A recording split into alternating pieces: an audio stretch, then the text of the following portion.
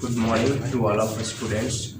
तो देखिए, आज हम बात कर रहे हैं एनसीईआरटी के आगे के क्वेश्चंस की। कल मैंने एनसीईआरटी का आप लोगों को ढेर सारा क्वेश्चंस बताया था। मैंने बोला था एनसीईआरटी का एक एक क्वेश्चन मैं बताऊंगा आप लोगों को। तो देखिए, आगे क्वेश्चन है, बहुत ही है। On which factors does the resistance of conductor depend. Resistance किन किन बातों पर डिपेंड करती है? तो मैंने बताया था आपको कि रेजिस्टेंस डिपेंड्स ऑन 4 फैक्टर्स। क्या क्या? Length of wire, area of cross section. Area of cross section समझते हैं ना, ये वाला, ये सर्कुलर एरिया, ठीक है। और नेचर, नेचर मतलब अल्युमिनियम का है, कॉपर का है कि सिल्वर का है कि गोल्ड का है। टेम्परेचर, ठीक है। लेकिन न्यूमेरिकल बनाते समय यही दोनों का यूज किए थे, नेचर और इसका हम लोग यूज नहीं किए थे। हालांकि नेचर अलग अलग का रेजिस्टिविटी आपको दिया हुआ रहता है, तो आपको याद करने की जरूरत नहीं। इसका मेनली यूज करेंगे हायर क्लासेस में। टेम्परेचर, अलग अलग टेम्परेचर पर अभी हम लोग नहीं देखे हैं, इसका चर्चा करेंगे हायर क्लासेस में, ठीक है। तो और भी बताए थे कि रेजिस्टेंस डायरेक्टली प्रोपोर्शनल होता है लेंथ के, इनवर्सली प्रोपोर्शनल होता है एरिया के। ऐसे से एक फार्मूला बना दिए थे, R इक्वल रोला, R इक्वल रोला, ठीक है। ये तो पहले ही बता देते कि 4 बातों पर डिपेंड करती है, लेंथ, एरिया, नेचर और टेम्परेचर। अब क्वेश्चन है अगला, will current flow easily through thick wire और thin wire of same material then connected through same source. Same source का मतलब होता है सेम वोल्टेज। सेम सोर्स लिखा यानी वोल्टेज भी क्या होगा? सेम। तो बताओ, जो मोटा तार में ज्यादा करंट इजिली कि बड़ा तार में, पतला तार में? पतला तार में ज्यादा करंट इजिली फ्लो होगा।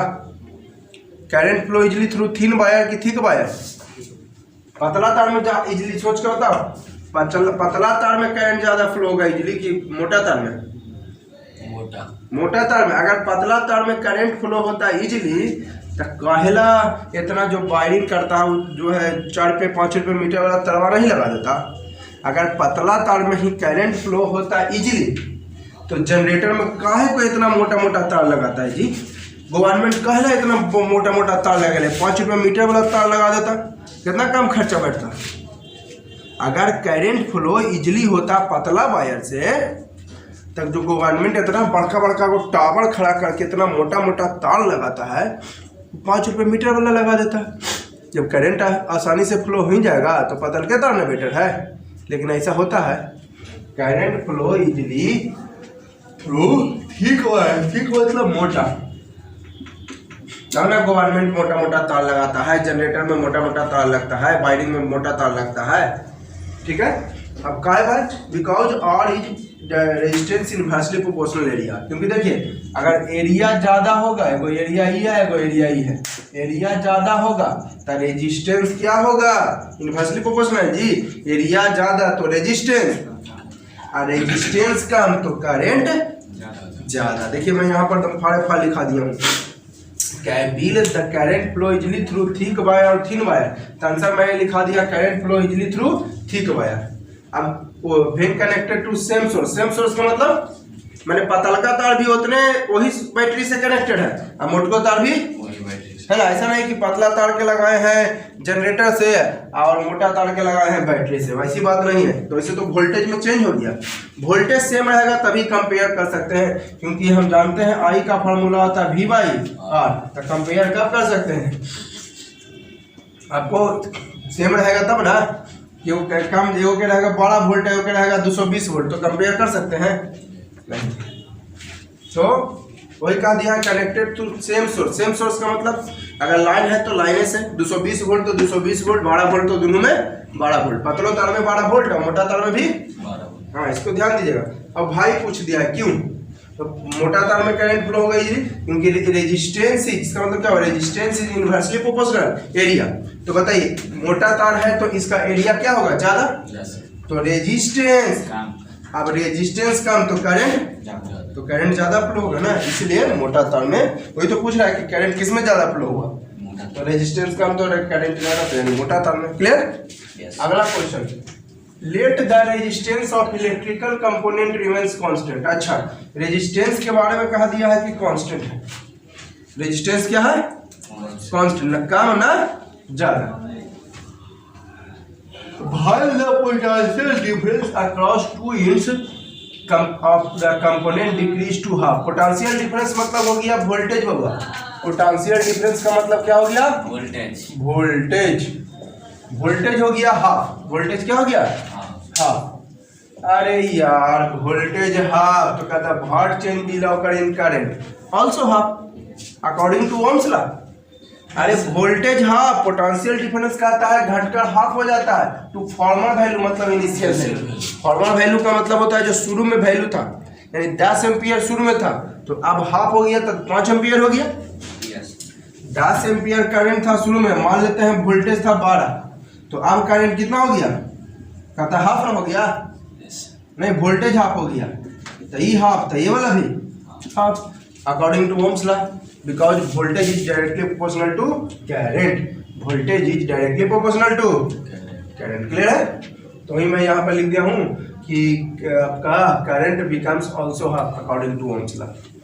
अगला क्वेश्चन, भाई are coils of electric toaster and electric iron made of alloy. Alloy समझते हो ना? मिक्सिंग ऑफ 2 और मोर मेटल्स, 2 या 2 से ज्यादा मेटल्स को मिला के जो बनता है उसको अलॉय कहते हैं। जैसे कि मैं बात करता हूँ ब्रास। ब्रास देखे हो? पीतल, जिसको पीतल कहते हैं, ये बनता है कॉपर से और जिंक से। ब्रॉन्ज, ब्रॉन्ज देखे हो? कांसा जिसको कहते हैं, कांसा, ये बनता है कॉपर से और ये टीन से। ऐसे हो गया टीन।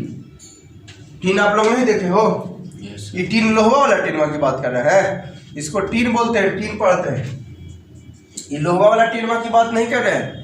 तांबा उंबा के बर्तन में देखोगे अंदर में ब्लैक टाइप का कोटेड रहता है, वो वही टीन है ना? कॉपर तो देखे नहीं हो आप लोग, तांबा।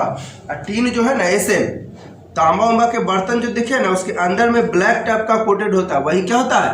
टीन होता है। क्लियर है? हाँ, तो आज वही पूछ रहा है कि coils of electric toaster and electric iron made of alloy rather than pure metal. Electric iron का और टोस्टर का जो कॉइल है वो आपको अलॉय का क्यों बनाए जाते हैं मेटल के कंपेयर में?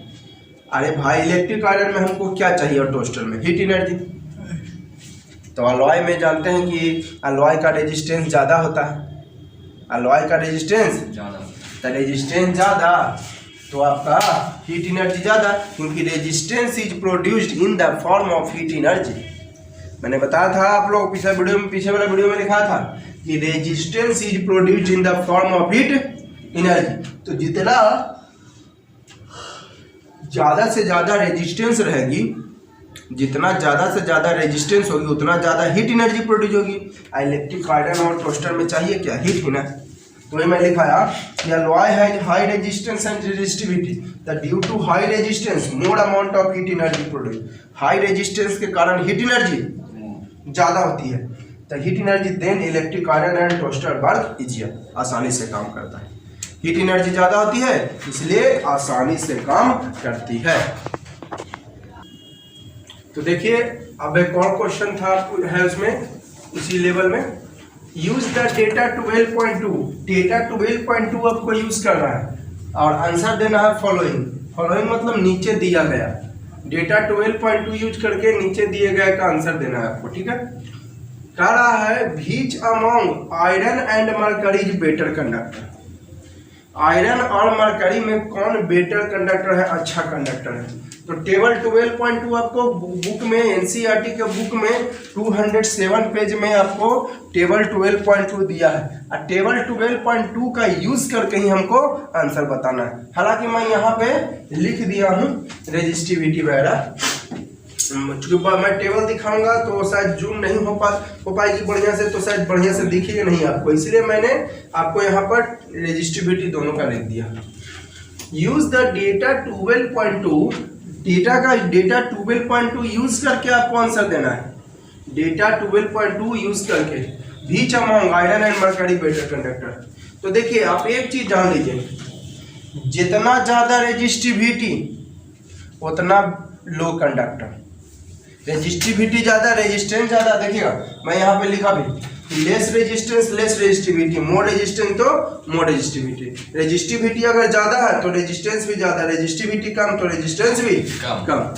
तो आप बताइए जितना ज्यादा रेजिस्टिविटी उतना कम रेजिस्टेंस, जितना सॉरी ज़्यादा रेजिस्टेंस, ज़्यादा रेजिस्टिविटी ज़्यादा रेजिस्टेंस, तो रेजिस्टेंस ज़्यादा तो करंट, रेजिस्टेंस ज़्यादा तो करंट, दुश्मनी चल रहा है आजकल, ठीक है।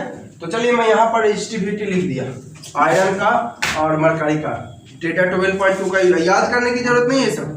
आयरन का तो बताइए, आयरन का जो है आपको ज़्यादा है आपका रेजिस्टिविटी की मरकरी का, देख रहे हैं, आयरन का ज़्यादा कि मरकरी का, मरकरी का ज़्यादा आयरन का, तो रेजिस्टिविटी कम तो रेजिस्टेंस भी, तो रेजिस्टेंस कम तो करेंट, यानी आयरन में ज़्यादा करेंट, तो आंसर हो गया आयरन। बेटर कंडक्टर में ज़्यादा करंट, ठीक है। एक लास्ट बार मैं फिर से रिपीट करता हूँ, क्वेश्चन तो क्लियर हो गया। तो डेटा 12.2 यूज करके मैं यहाँ पर लिख दिया हूँ, ठीक है। आयरन का रेजिस्टिविटी इतना है और मरकरी का इतना है, तो किसका कम है रेजिस्टिविटी, आयरन का रेजिस्टिविटी कम है और इसका ज्यादा, तो आयरन का रेजिस्टिविटी कम तो रेजिस्टेंस, रेजिस्टेंस कम तो करंट ज्यादा, तो करंट ज्यादा किस में, आयरन, तो ये लिखिए current, iron is better conductor, यानी करंट ज्यादा, क्लियर है। आप पूछ रहे अगला question, which material best conductor, silver, क्योंकि silver has the least resistivity. अब डेटा 12.2 देख लोगे, है ना, 12.2 डेटा देख लोगे, सबसे कम रेजिस्टिविटी आपको सिल्वर का मिलेगा। अगर बिकॉज लिखना चाहते हो, because silver has the least, LEST, least माने सबसे कम, least resistivity, silver has the least resistivity, then least resistance, resistivity कम तो रेजिस्टेंस भी, and then more current, and then more current, यानी बेटर कंडक्टर, क्लियर है ना, and then more current, more current तो मोर, देखिए यहाँ पर लिखिए मोर कंडक्टर तो मोर करंट, तो मोर करंट है तो मोर कंडक्टर है, मोर करंट यानी मोर कंडक्टर, क्लियर है। यहाँ एक एक पॉइंट लिखा दे, सबसे ज्यादा बेस्ट कंडक्टर कौन है, which is the best conductor, तो हो जाएगा सिल्वर, क्योंकि सिल्वर का रेजिस्टिविटी सबसे कम तो रेजिस्टेंस भी, तो रेजिस्टेंस कम तो करंट, ये देखिए रेजिस्टेंस कम तो करंट, किसमें करंट सबसे ज्यादा, इससे सबसे ज्यादा मैं पूछ रहा हूँ, ये दोनों में आयरन में ज्यादा जी, लेकिन सबसे ज्यादा करंट सब में किसमें, सिल्वर में, यानी silver is the best conductor, clear है ना। यहाँ पर पॉइंट्स मैंने कुछ लिख दिया, ठीक है। रेजिस्टिविटी ये दोनों में, आयरन और मरकरी में रेजिस्टिविटी आपको आयरन का कम है, तो रेजिस्टेंस कम तो करंट ज्यादा, यानी बेटर कंडक्टर आयरन है, आयरन और मरकरी में। और सबसे ज्यादा बेटर कंडक्टर कौन है, बेस्ट कंडक्टर सिल्वर, क्योंकि सिल्वर का रेजिस्टेंस सबसे कम, सिल्वर का रेजिस्टेंस सबसे कम, सबसे ज्यादा बेस्ट कंडक्टर कौन है, सिल्वर, क्योंकि सिल्वर का रेजिस्टेंस सबसे कम, ठीक है। यहाँ पर लिख दिया, चलिए अब आगे देखते हैं। कुछ मैंने एक क्वेश्चन आपको लिखा है, देखिए क्वेश्चन क्या कहता है, एक इलेक्ट्रिक लैंप है, फिगर में दिख रहा है, लैंप माने कौन सी, ललटेन वाला नहीं, लैंप माने बल्ब, यहाँ की ललटेन वाला समझ जाइएगा। एक क्या है, इलेक्ट्रिक लैंप है, हुज रेजिस्टेंस इज 20 ओम, है ना, एक इलेक्ट्रिक लैंप है जिसका रेजिस्टेंस कितना है, 20 ओम है, और एक वायर है, वो कंडक्टर है जिसका रेजिस्टेंस, ये कंडक्टर मैंने वायरवा के रेजिस्टेंस दे 4 ओम, और ये बल्बा के दे है कितना ओम, 20 ओम, देखिए ना, electric lamp whose resistance is 20 ohm, स्पष्ट लिख ले, electric lamp whose resistance is, यानी लैंप का 20 ओम, एंड कंडक्टर, कंडक्टर कौन, वायरवा, कंडक्टर कौन हुआ, वायर, है ना, कंडक्टर में वायर आपका 4 ओम, है ना, और कनेक्टेड टू 6 वोल्ट, अच्छा 6 वोल्ट ऑफ बैटरी से कनेक्टेड है, लिख दिया, क्या वोल्ट का बैटरी, 6 वोल्ट, फिगर 12.9 में से दिखाया गया है। तो कह रहा है calculate the total resistance, series में है कि पैरेलल में, देख लीजिए, करंट गया इधर से, इधर वाला प्लस, इधर वाला माइनस, प्लस तक माइनस वाला अगल का जो प्लस है तो सीरीज। तो टोटल करंट क्या हो जाएगा, टोटल रेजिस्टेंस क्या होगा, टोटल रेजिस्टेंस डायरेक्ट प्लस कर देंगे, ब्रैकेट में लिख देते हैं इन सीरीज।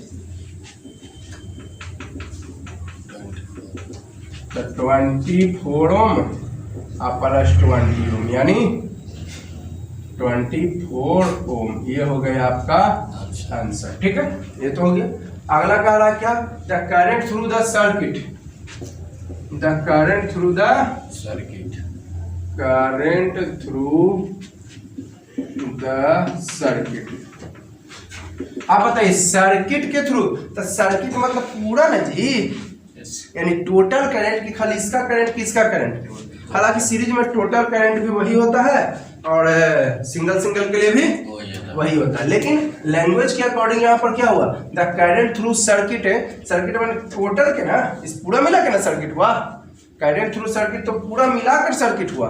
तो करंट थ्रू द सर्किट मतलब टोटल करंट की आपको केवल इसका हाँ, कैसे, हालांकि दोनों सीरीज में सेम होता है, अब पहला रहता तो अलबला जाते ना, तो इसलिए करंट थ्रू सर्किट का है, इसका मतलब टोटल करंट, टोटल करंट।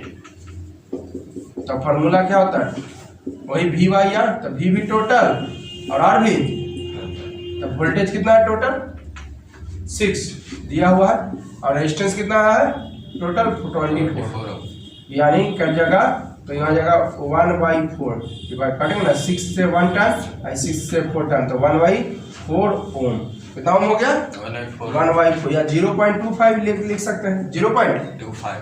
अब अगला क्या है इसमें, potential difference across electric lamp and, हाँ तो पोटेंशियल डिफरेंस सबका अलग अलग होगा सीरीज में, सीरीज सर्किट में है तो पोटेंशियल डिफरेंस क्या होगा।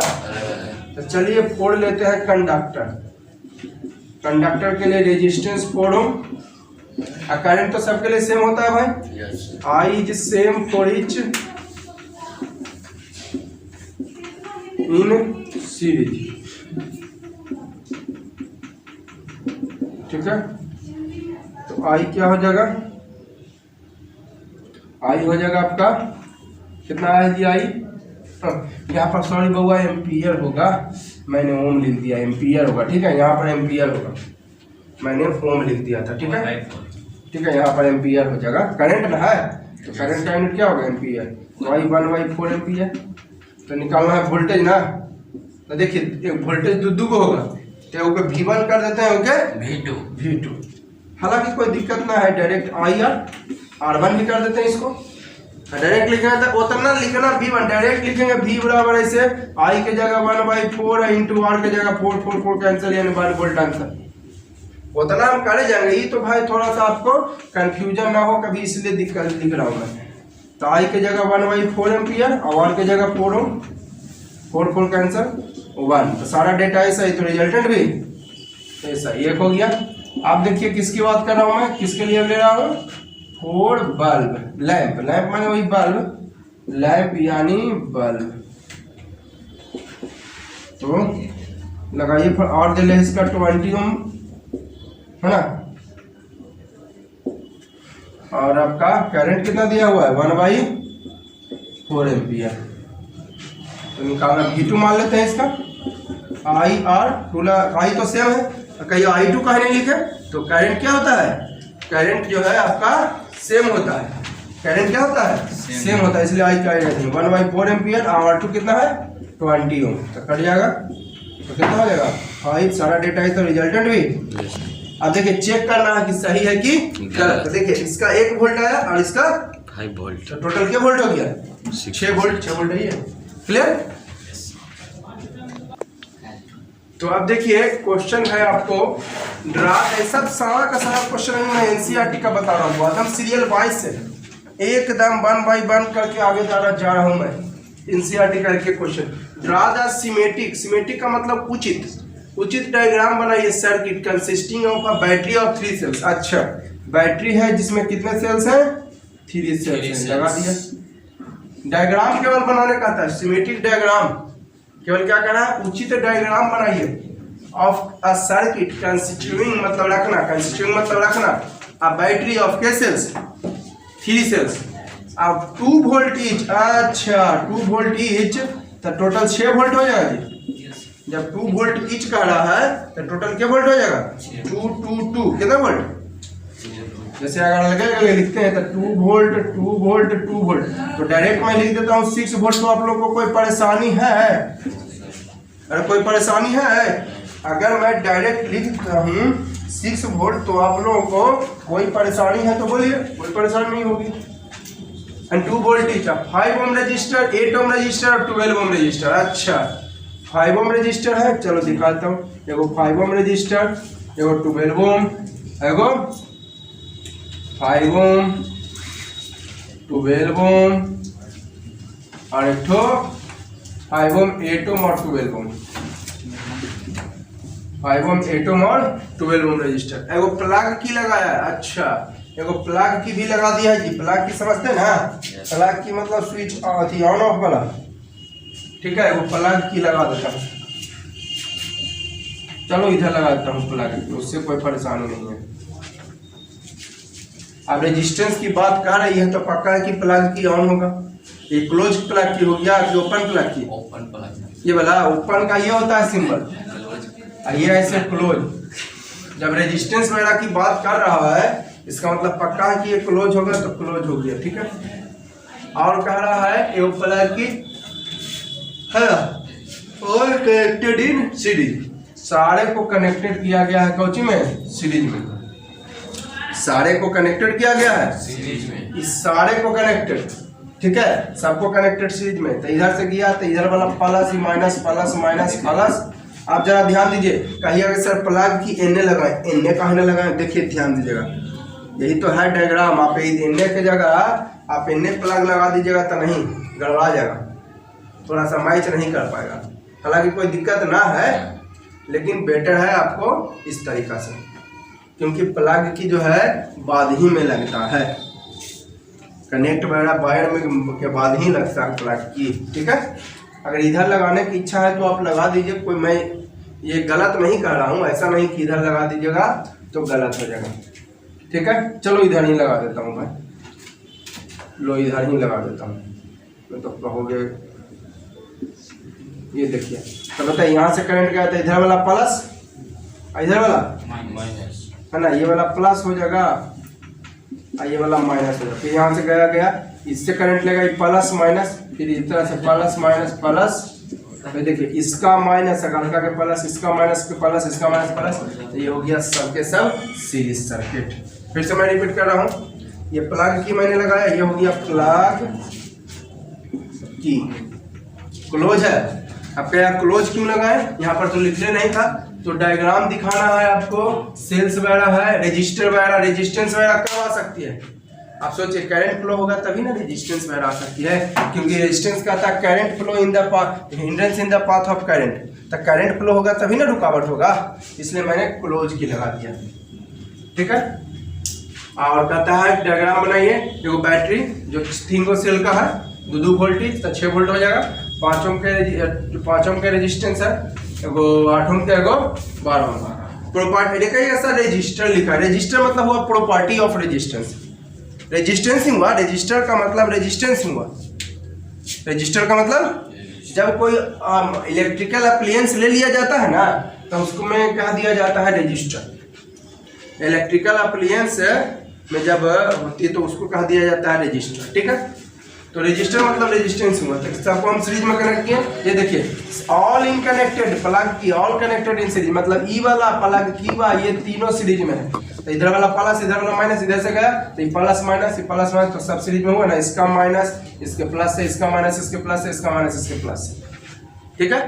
लेकिन इधर भी लगाइएगा, कोई दिक्कत नहीं है। इसे मेन कनेक्शन करने के बाद ही जो है प्लग की लगाया जाता है। खैर छोड़िए, हटाइए उसको छोटे छोटे। तो ये हो गया आपका डायग्राम, ये आंसर खत्म। सिर्फ कह रहा था सिमेट्रिक डायग्राम। अब देखिए सिर्फ क्या कह रहा था क्वेश्चन? Symmetric diagram. अब देखिए सिर्फ क्या क्वेश्चन कह रहा था? डायग्राम बनाना था। डायग्राम मैंने बना लिया। अब देखिए क्या कह रहा है? Read the circuit of question 1। अच्छा, क्वेश्चन 1 में जो है जैसे सर्किट है उसको फिर से रीड ड्रा करिए। करता हूं मैं, कर दिया। प्लग की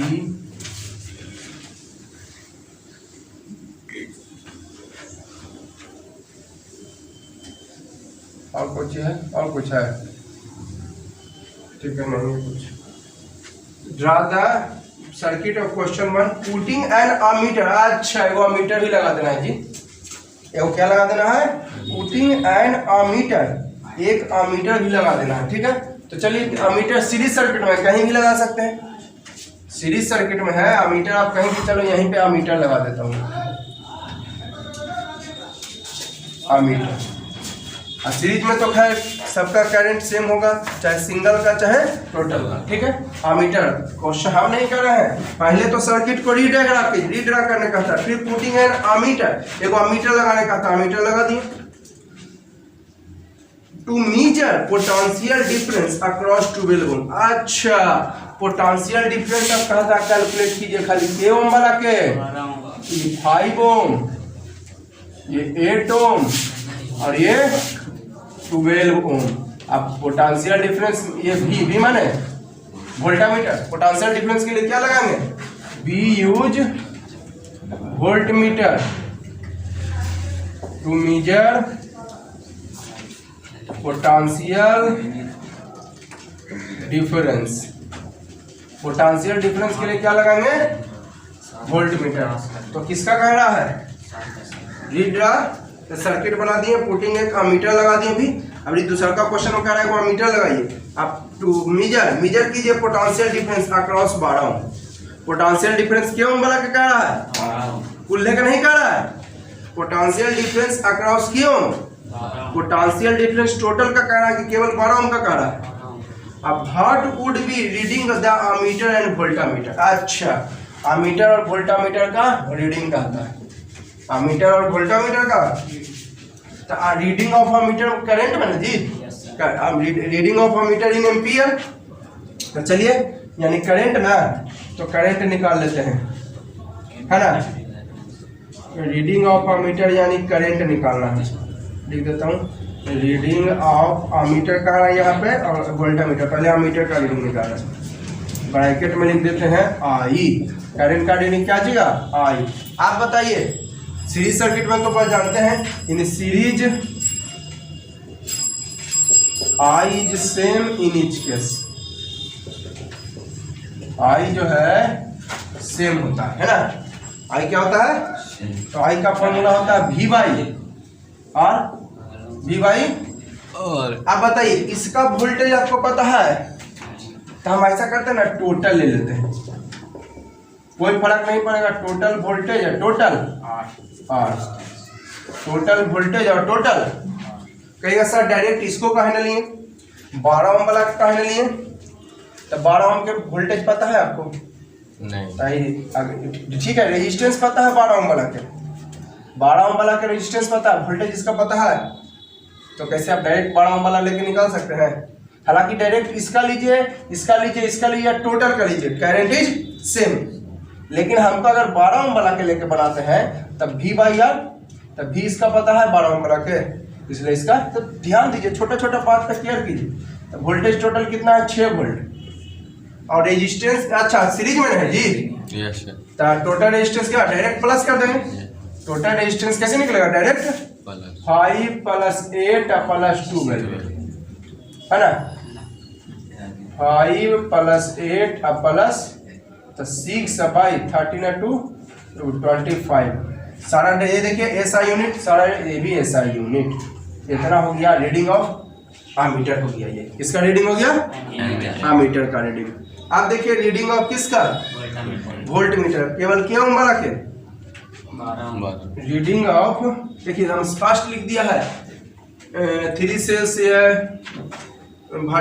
to measure potential difference across क्यों resistor, the potential difference across 12 ohm resistor।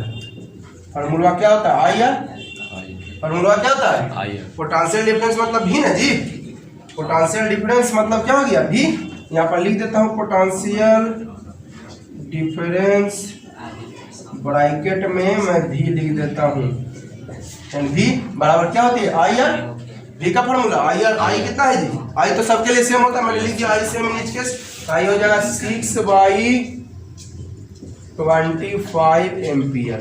और आर कितना है, 12 ओम वाला के लिए निकाल रहा है, वोल्टेज किसका निकालना है, to measure potential difference to measure 12 ohm resistor है ना, पोटेंशियल डिफरेंस टू मीजर। तो आई फॉर्मूला आई है, आई की जगह कितना 6/25, चूंकि आई सबके लिए सेम होता है और रेजिस्टेंस 2 ओम, तो कितना हो जाएगा 72 बाई है ना 72/25 है ना, इंटू करिएगा तो 72/25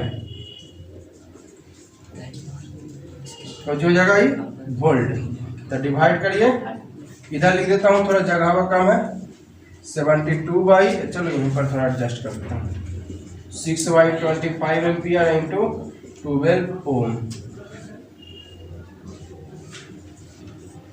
तो 75 कुछ हो जाएगा ये वोल्ट, तो डिवाइड करिएगा तो आपका आ जाएगा 25 ठीक है, तो आया 2.88 वोल्ट, डिवाइड करते हैं तो 2.88 वोल्ट आपका आ गया आंसर। ठीक है, डिवाइड किए ना जी, तो 72/25 तो डिवाइड किए तो 2.88। तो देखिएगा आपका इन द सर्किट डायग्राम, अगला क्वेश्चन है गिवन फिगर 12.10।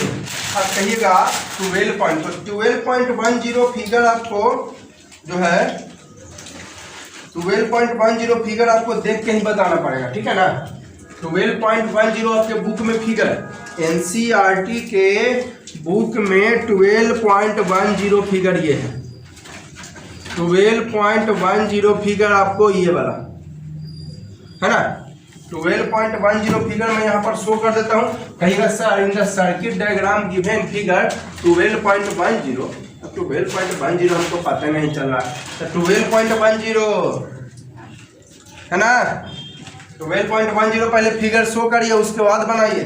तो 12.10 फिगर आपके एनसीईआरटी का क्वेश्चन है बउआ, तो एनसीईआरटी के 12.10 फिगर कि आपको दूसरा बुक का जहाँ क्वेश्चन होगा ना उसके जस्ट बैक पेज में आपको ये 12.10 फिगर, जहाँ पर ये क्वेश्चन है उसके जस्ट एक बैक पेज में आपको ये फिगर दिया है। तो पहले मैं 12 एनसीईआरटी के बुक से 12.10 फिगर शो कर देता हूँ, ठीक है।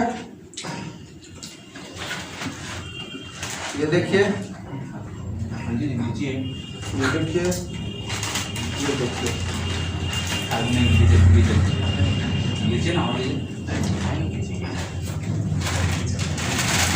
फिगर मैं अपना मन से नहीं बता रहा हूँ।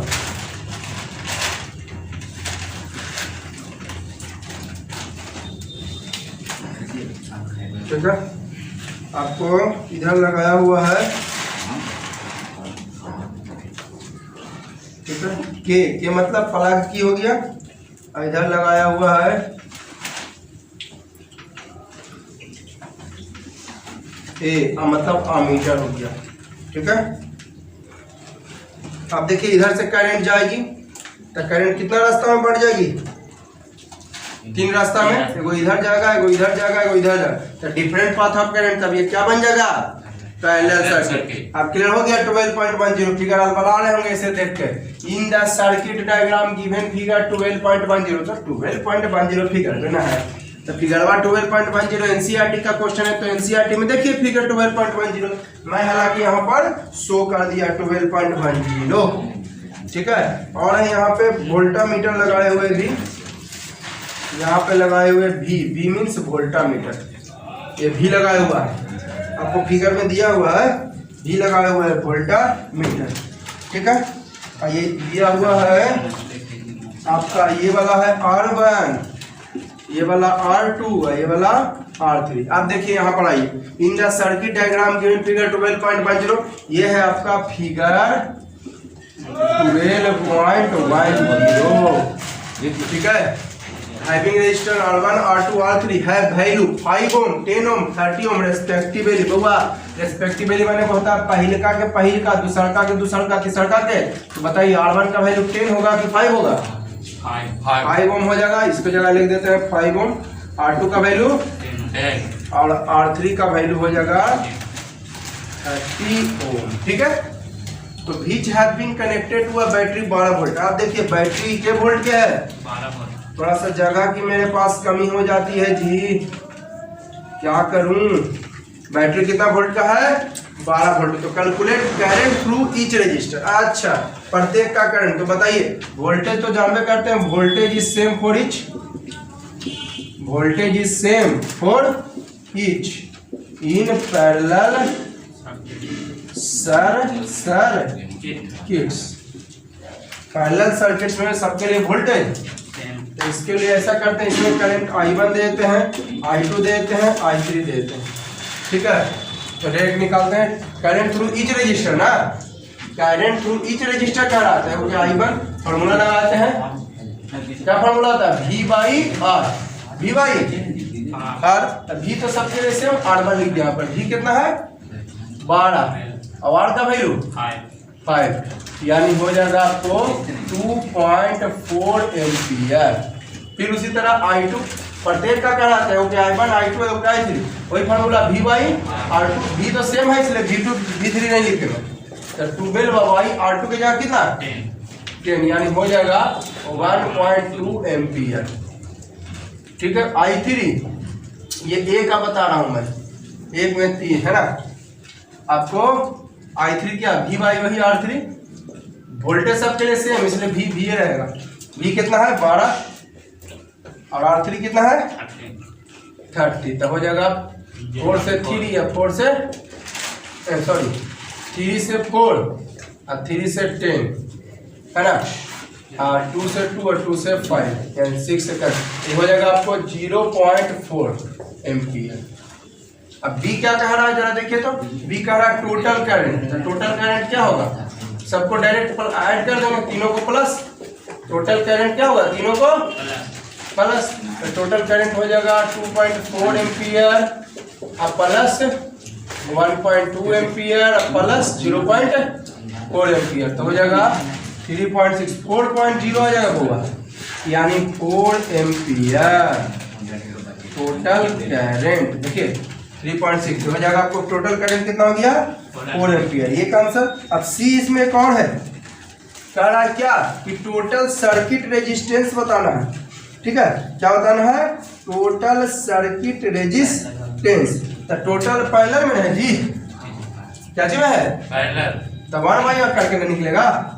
टोटल सर्किट रेजिस्टेंस तो 1/, करके तो 1/R1 प्लस R2 प्लस 1/, तो वैल्यू सबका रख दीजिए। 1/R R1 की जगह कितना 5, R2 की जगह 10, इसके जगह 30, यानी 1/R इक्वल एलसीएम हो जाएगा 30, तो 6 टाइम्स और ये 3 टाइम्स, ये 1 टाइम, तो 1/R इज इक्वल टू क्या हो जाएगी आपको 10/30। और मैंने एक बात और बताया था कि covalent resistance is less than each resistor in parallel circuit.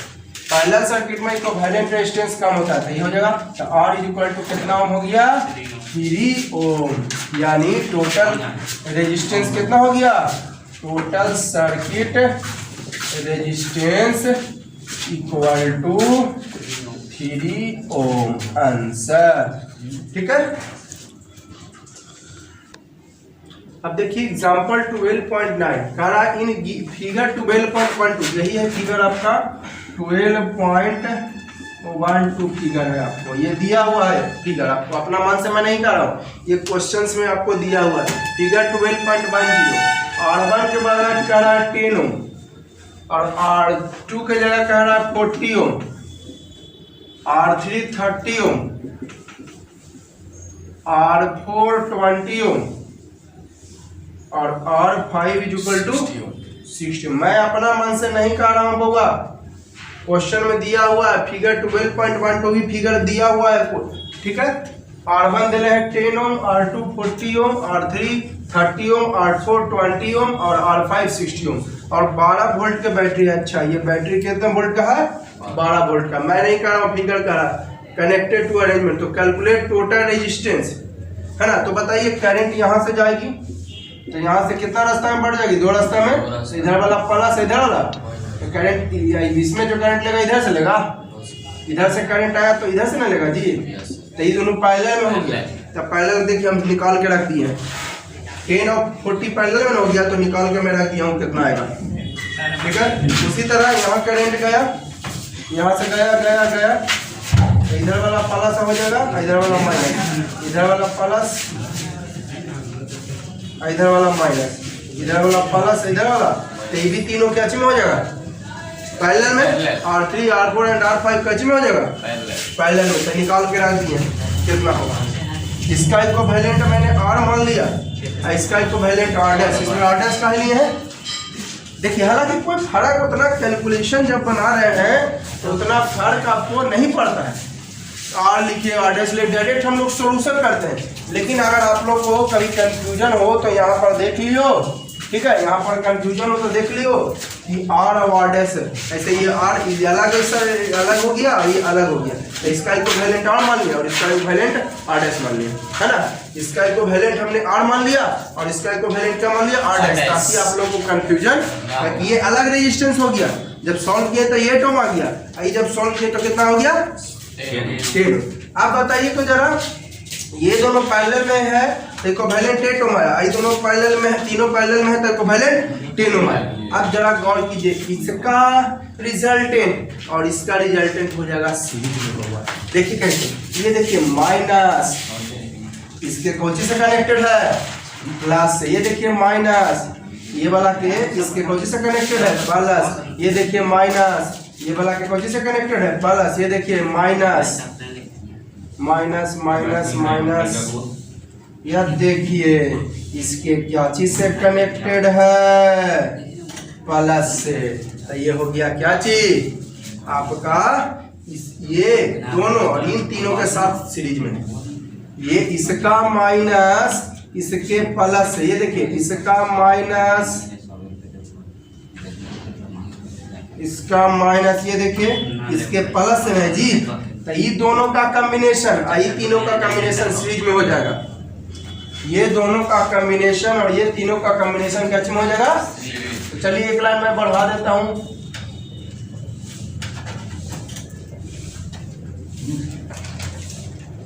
बारह वोल्ट है, तो ये दोनों को मिला के कितना हो गया जरा देखिए तो, कितना आया, 8 ओम आया। अभी देखिए इधर लगाते हैं, अरे उतना करना जरूरी ना है, ये दोनों को मिला के आया 10 ओम आया, ठीक है।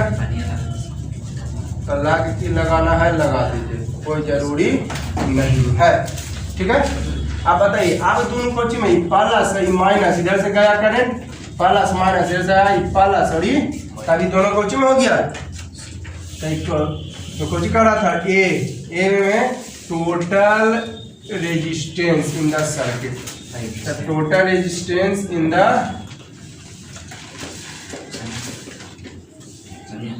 circuit is equal to, direct plus कर देंगे तो 8 ohm plus 10 is equal to हो गया आपका 18।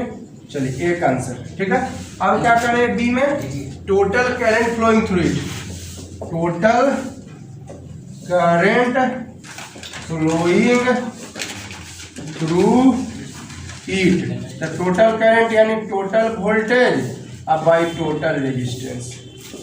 तो टोटल वोल्टेज कितना है जरा देखिए 12 और टोटल रेजिस्टेंस कितना है 18। तो 6 से 2 और 6 से 3 है ना, 6 से कटेगा 2 टाइम्स और 6 से कटेगा 3 टाइम्स, तो हो जाएगा 2/3 यानी 0.66 कुछ हो जाएगा एम्पियर, है ना। 0 जरा सब साफ से लिख देता हूँ, टोटल वोल्टेज आ गया 12 और टोटल रेजिस्टेंस आ गया 18। तो 6 से 2 और 6 से 3 यानी 2/3 यानी 0.66 एम्पियर हो जाएगा आंसर, 0.66 एम्पियर हो जाएगी आंसर। क्लियर है।